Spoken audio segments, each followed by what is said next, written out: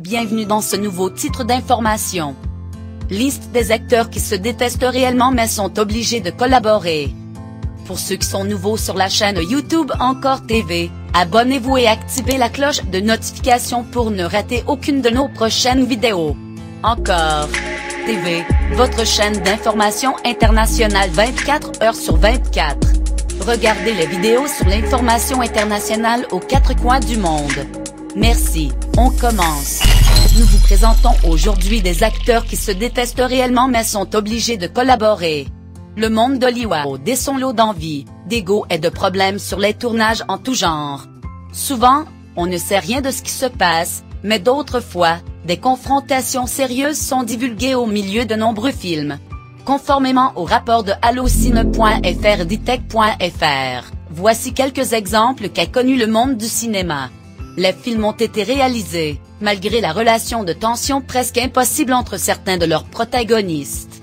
Dwayne Johnson Rock et Vin Diesel. À première vue, il semble presque impossible que Rock s'entende mal avec qui que ce soit, et encore moins avec un gars du charisme de Vin Diesel, qu'il a adopté comme personnage dans la saga Fast and Furious. Mais, tout a commencé en fait en 2016, lorsque Rock a expliqué, sans citer de nom, qu'il avait dû travailler avec un partenaire non professionnel. Il y a eu des spéculations qu'il pourrait faire référence à Diesel. Quoi qu'il en soit, Fast and Furious 8 a été filmé et les personnages de Hobbs et Toretto ont coïncidé dans un plan, mais ils n'ont jamais tourné en même temps ou ensemble. Le Rock s'est donc expliqué à nouveau sur ce qui s'est passé. Nous n'avons joué aucune scène ensemble. Vin et moi avons eu quelques discussions, dont une importante conversation en tête-à-tête dans ma caravane. J'ai compris qu'il y avait de grandes différences de philosophie sur la façon de faire des films. Will Smith et Janet Hubert. Cette querelle était un secret de polichinelle qui dure encore aujourd'hui. Ni Tante Viv et Will Smith ne se supportent pas. Ainsi, par quelques manœuvres, Smith finirent par occasionner le remplacement de Tante Viv dans Le Prince Fred de Bel-Air. Pour cela, elle ne lui a jamais pardonné. La version officielle est qu'Hubert est tombée enceinte et a été virée. La version la plus incisive dit que Smith et d'autres membres de la distribution se sont défoulés sur elle et l'ont continuellement harcelée pendant les pauses du tournage.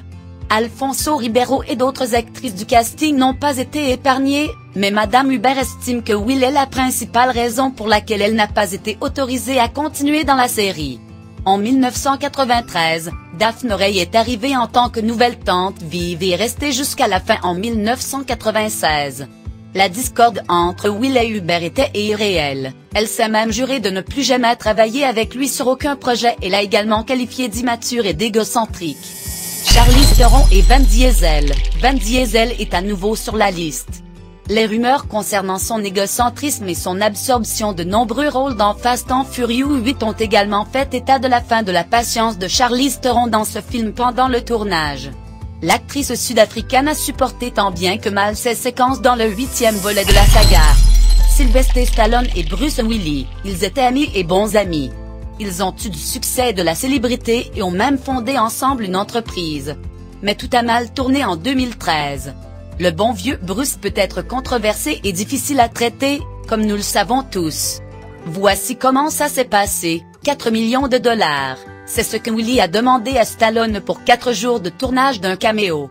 Ce sont les conditions que, selon Hollywood Reporter, Willie a imposées pour participer à Expendables 3, qui avait le vent en poupe à l'époque et regroupait presque tous les acteurs d'action des années 80 qui étaient aussi des amis de Stallone. Bien sûr, Stallone a pris ombrage et a été offensé.